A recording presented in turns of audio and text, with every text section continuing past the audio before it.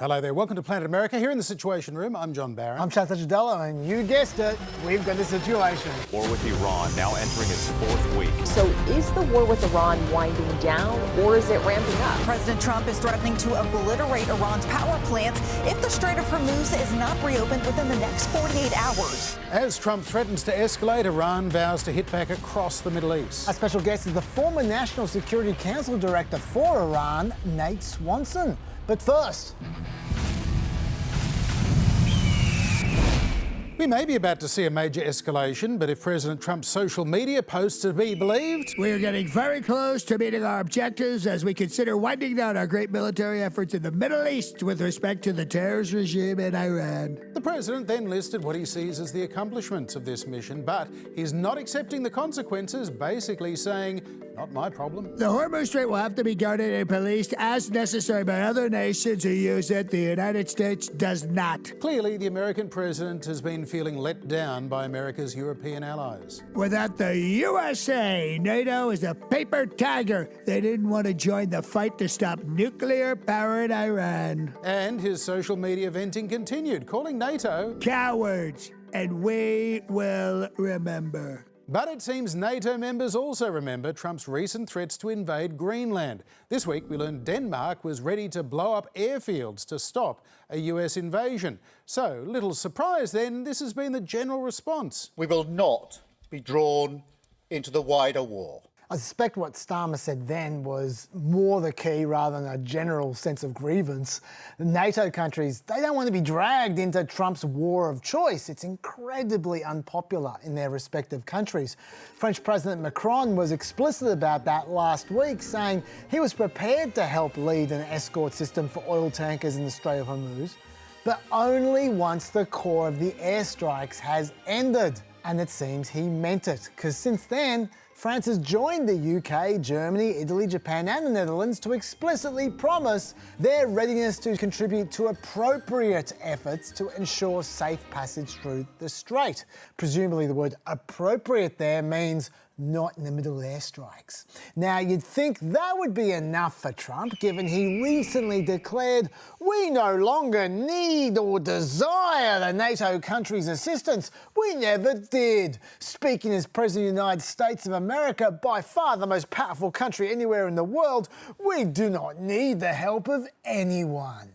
So unless Trump was throwing a petulant tantrum there, which of course he'd never do, that sounds like he should be okay with their offer. Certainly Trump's anger at his allies not offering as much as he'd like seems mysterious, given his Zen-like acceptance of Russia actively helping Iran kill Americans. Russia's apparently providing satellite imagery and drone technology to help Iran target US forces. We're talking the precise locations of US troops here, so Iran can fire missiles at them. And this is how Trump reacted to that news. You think Putin is helping them? I think he might be helping them a little bit, yeah, I guess. And he probably thinks we're helping Ukraine, right? And you are, right?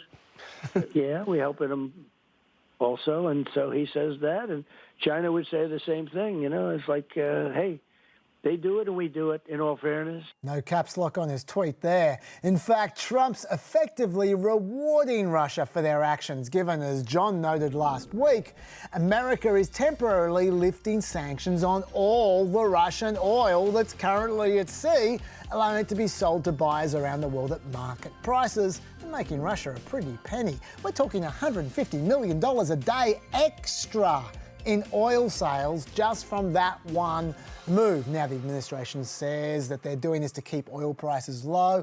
I don't know how that works, because Russia was going to sell all that oil anyway, just at lower prices.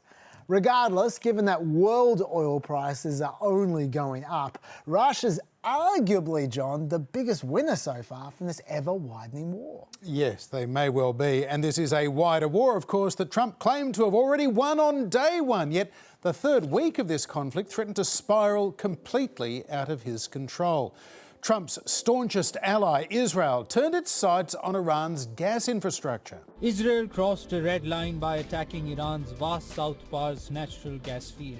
The attack prompted a furious response. Iran retaliated with attacks across the region. Trump's response to the Israeli strike was confusing, to say the least. First, he claimed the United States knew nothing about this particular attack.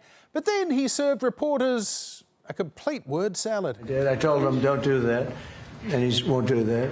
We didn't discuss. You know, we do, we're independent, we get along great. It's coordinated, but on occasion he'll do something, and if I don't like it, and so we're not doing that anymore. Right. As well as not being able to rein in Israel, we also learned this week that President Trump badly miscalculated Iran's response to the initial US and Israeli attacks. In the last 2 weeks, they weren't supposed to go after all these other countries in the Middle East. Those missiles were set to go after them. So they hit Qatar, Saudi Arabia, UAE, Bahrain, Kuwait. Nobody expected that. Nobody expected that? That is an astonishing admission, Chaz. It really is. But going back to that Israeli gas field attack for a second, it is so unlikely that Trump didn't know about that beforehand.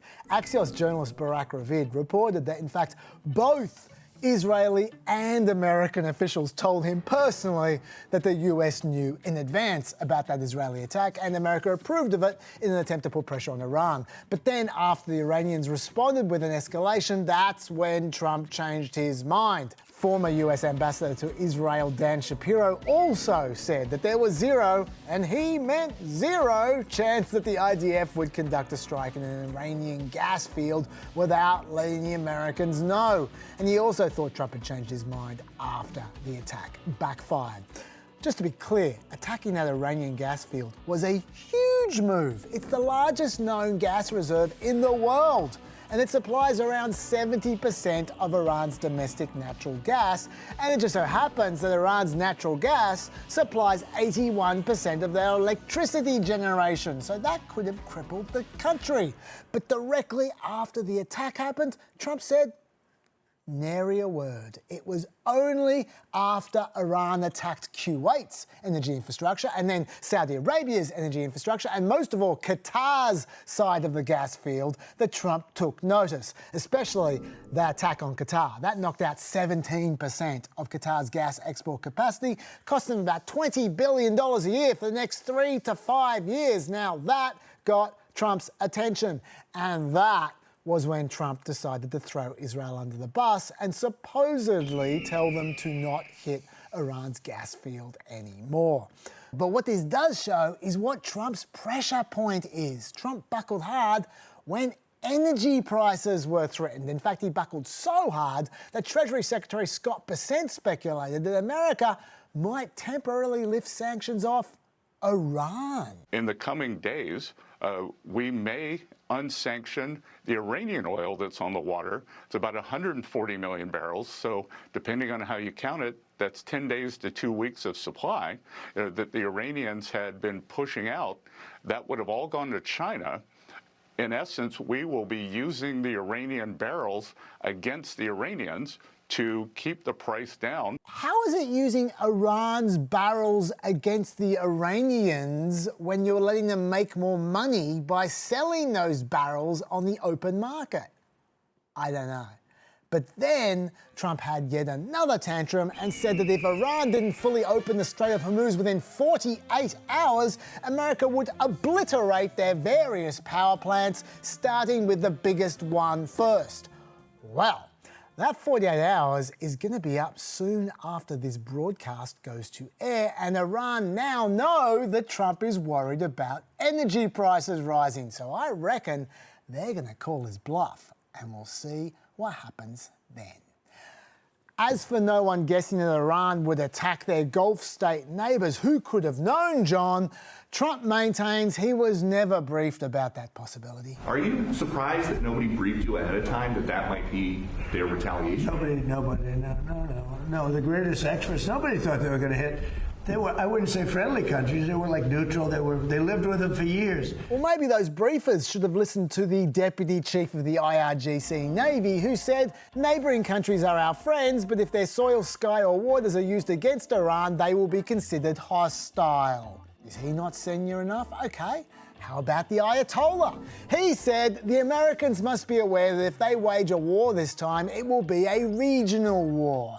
And then when someone asked Trump about the Ayatollah's comments, Trump said the US has the biggest, most powerful ships in the world over there, and if we don't make a deal, then we'll find out whether or not he was right.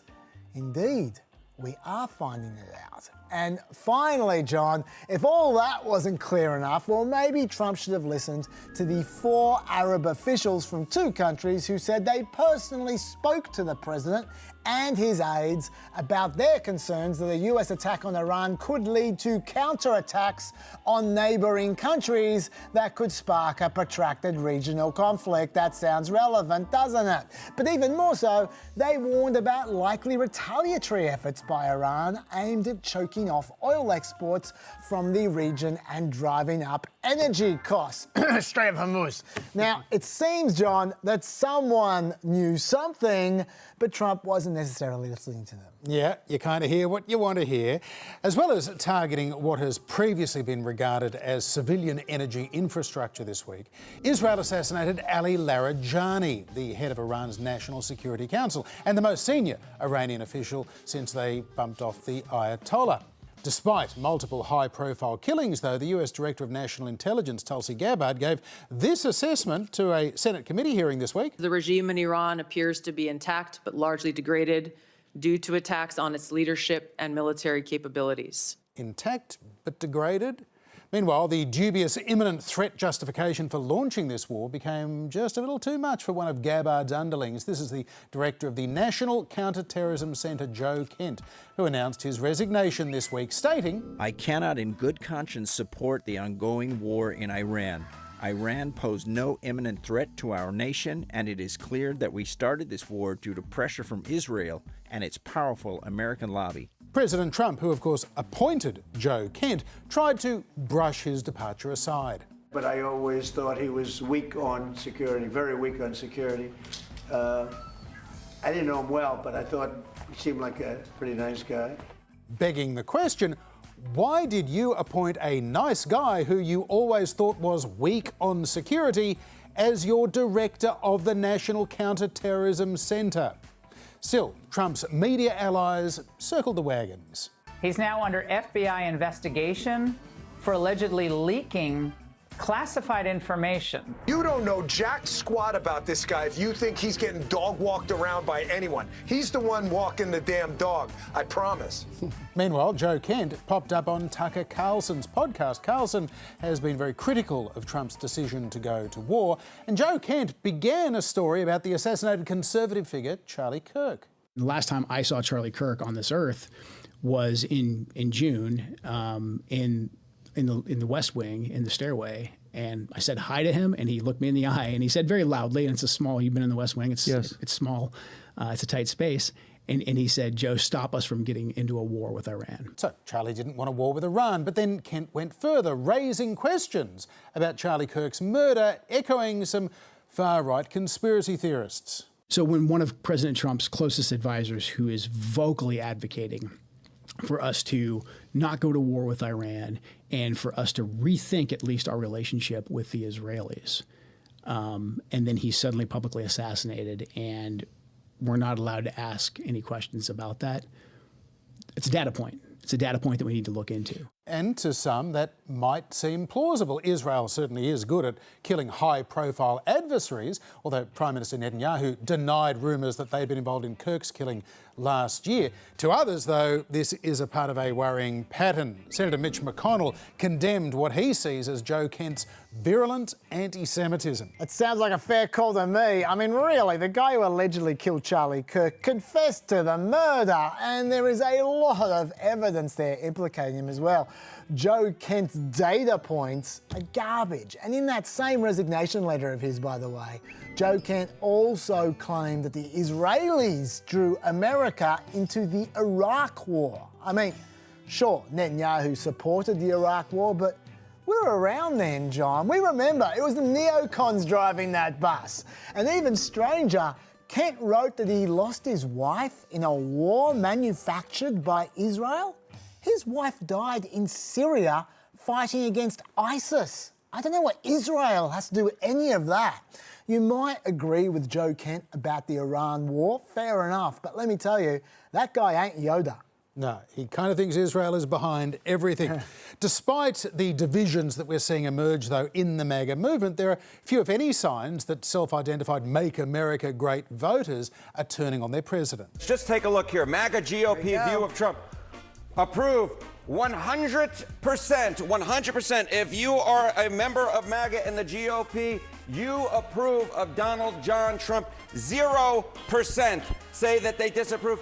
Those are Kim Jong-un kind of numbers, but that's MAGA, and MAGA is not America. According to Nate Silver's average of polls, just 40.6% of voters approve of Donald Trump. More than 55% disapprove, meaning Donald Trump's net approval rating has hit a new second-term low of minus 15.3 this week. Yeah, it's going to be interesting to see if there's ever a breaking point for MAGA, John. The no new wars mantra, that was such a central aspect of America First ideology.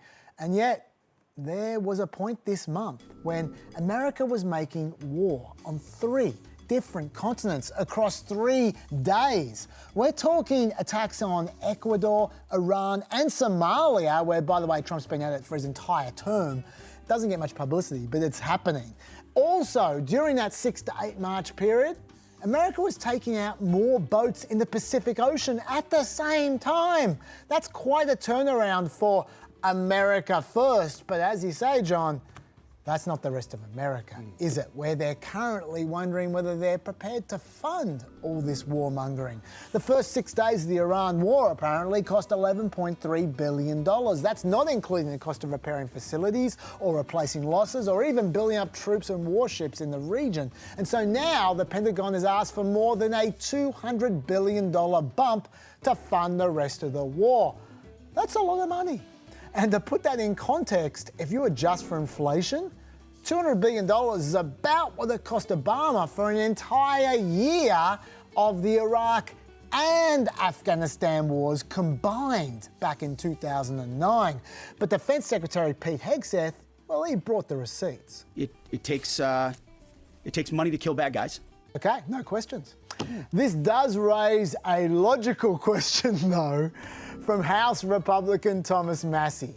How long do they plan to be there? And what are their goals? Another House Republican, Lauren Boebert, was even more negative, saying she wouldn't support more money for Iran under any circumstances. I'm a no, she said. I've already told leadership I'm a no on any war supplemental. I'm so tired of spending money over there. We need America First policies right now. I could keep on going with the dissenters, John. There are a lot of them. And remember, it only takes 2 dissenters to lose a vote in the House. This is going to be a hard push for Trump. And if he starts blowing up power plants, that ain't going to help. Yeah, we'll soon see about that. For more, we're joined by Nate Swanson. He's the director of the Atlantic Council's Iran Strategy Project and the former director for Iran at the National Security Council under both Presidents Biden and Trump. Just last year, he served on the Trump administration's Iran negotiating team. Nate, welcome to Planet America. First, can I get your thoughts on President Trump's threats to target Iran's power supply? And if he goes ahead with that, what is Iran's likely response? It's a great question. I mean, in terms of the threat, I mean, this is a continuation of the model Trump is using here, right? This is just continually using one form of escalation over another with the idea that this will change Iranian calculus. And that's how we've got into this situation so far, right? The strong U.S. belief that if we just put enough pressure on them, they will capitulate. Hasn't happened yet. I don't think it'll happen now, but, you know, this does seem to be the administration's view. And look, it's a huge deal. I mean, it's going after civilian energy infrastructure is obviously questionable under international law, if not worse than that.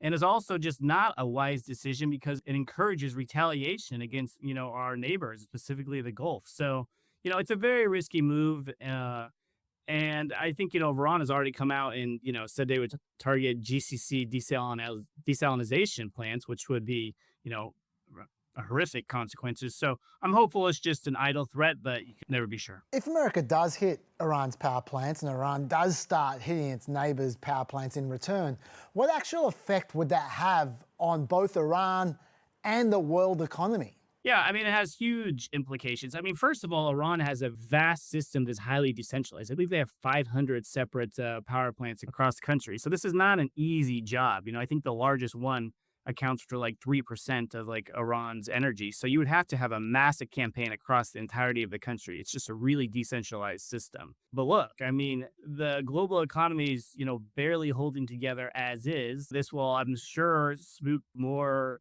investors and markets, and I think will have wide-ranging implications, especially if Iran were then to retaliate in kind against the Gulf or Israel for that matter. So, it's just a very, very risky move, and I'm hopeful that it's not a serious threat. Nate, this week President Trump said that nobody anticipated that Iran would strike back against US regional allies and US bases in the Middle East. You did, of course, anticipate that. So do you think, was Trump getting bad advice, or was he just not listening to good advice?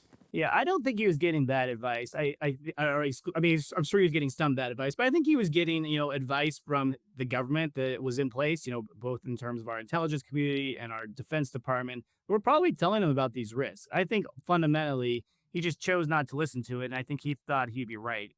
And the rationale for this is he has been in the past. He's consistently defied critics about moves he would take and had no repercussions. I mean, Maduro, obviously, in January, last June, strikes against Iran's nuclear program, the Soleimani strike in its first strike. None of these had any major repercussions. And so I think he believed that he could take this action and it wouldn't really have a massive implications or massive repercussions for the U.S. And I think he was very wrong in this case. And I wrote in advance of it, I think it was just a pretty significant misread of where Iran was. And I did not see them backing down given the existential nature of this threat.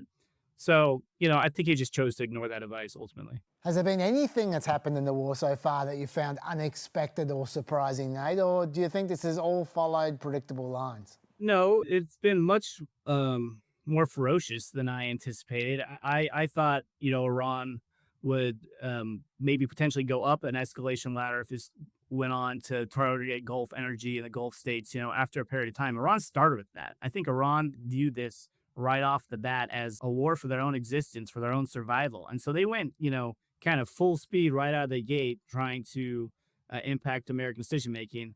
And so that I found surprising. And then I guess I am continually surprised by the U.S. decisions just to continue to believe that Iran will just capitulate, no matter what. I mean, a couple of days ago, the U.S. laid out the demands for a negotiation. These were nowhere close to the realm of possible. It talks about Iran, ending their nuclear program, missile program, all the things that didn't happen before. So I don't understand why the U.S. wouldn't adjust to these changing dynamics. So that continues to surprise me, but maybe I just need to, get used to that. Nate, my final question is about where this, in a broader sense, leaves America's alliances. Clearly, President Trump is very unhappy with NATO, and NATO is clearly right back at him, very unhappy with him right now. What are the implications of what has been revealed about America's place in the world? Yeah, absolutely. I mean, in some ways, it's much more significant than what we just talked about on Iran, right? I mean, who are the big winners in this war right now? It's Russia and China, right? I mean, the U.S. has taken on this war of choice and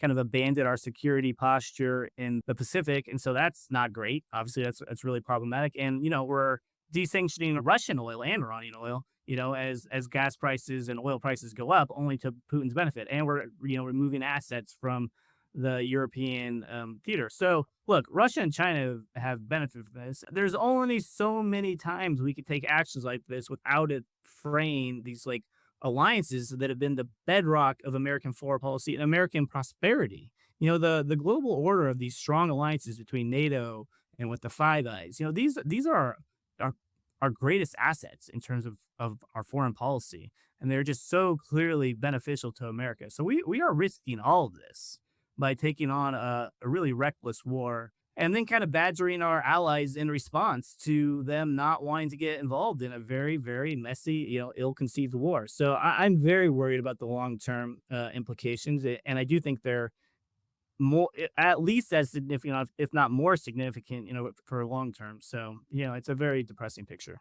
Nate Swanson, thanks for joining us on Planet America. Thank you for having me.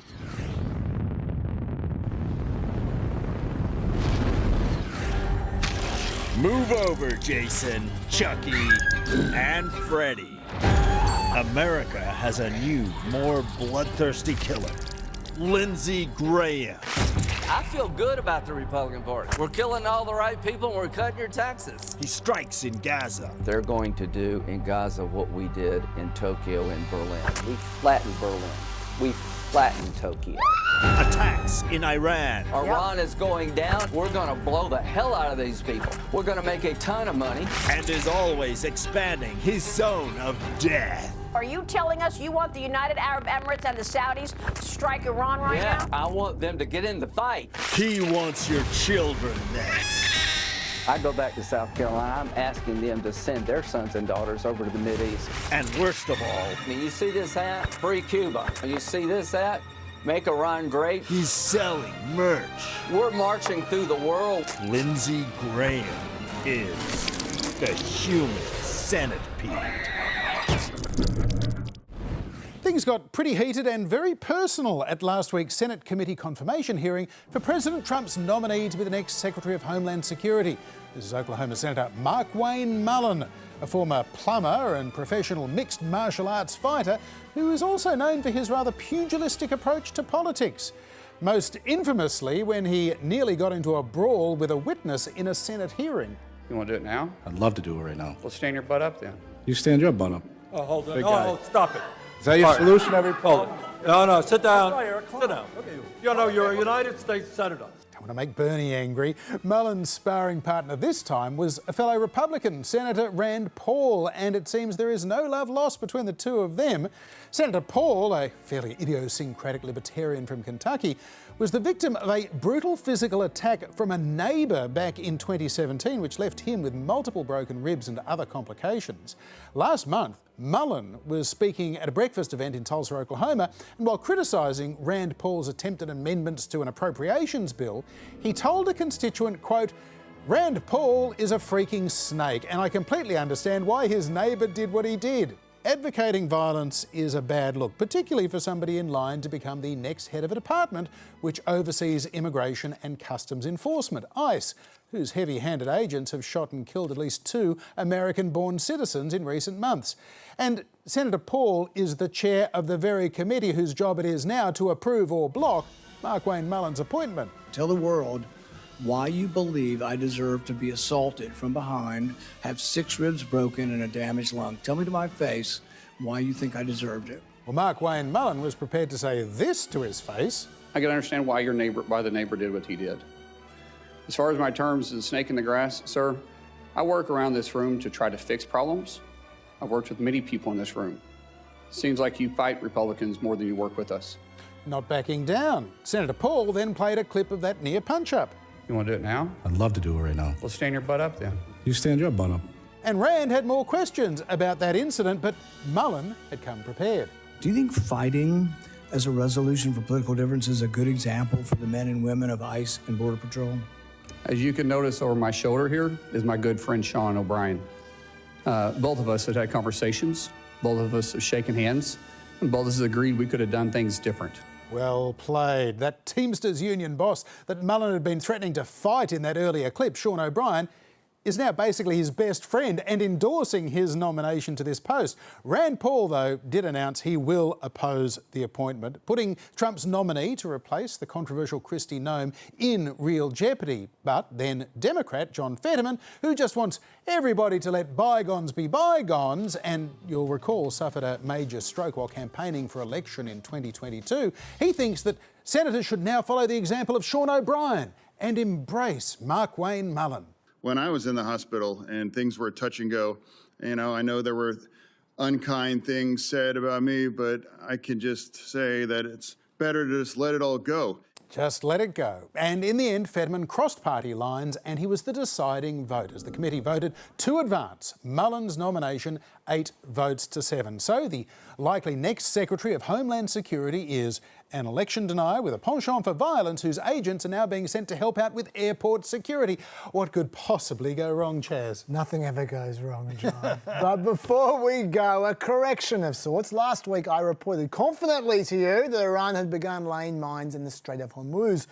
But in war, you can't be confident of anything. And this week, both America and Iran deny that Iran have laid any mines. That probably confirms it. Probably does. Well, also, given that over 80 ships have passed through the Strait of Hormuz over the last few weeks, mostly Iranian ships, it suggests there probably aren't mines there. But honestly, we just don't know for sure either way. We'll keep doing our best, and I look forward to my next clarification next week. But until then, that is it for another trip to Planet America. We will return at the usual time of 9:35 p.m. next Monday night here on ABC TV. You also find us on ABC, iView, YouTube and Facebook. And don't forget this week's Planet Extra Pep podcast, where we're examining some of the things in America right now that are definitely not normal. It's quite a long list. See you then. Bye-bye.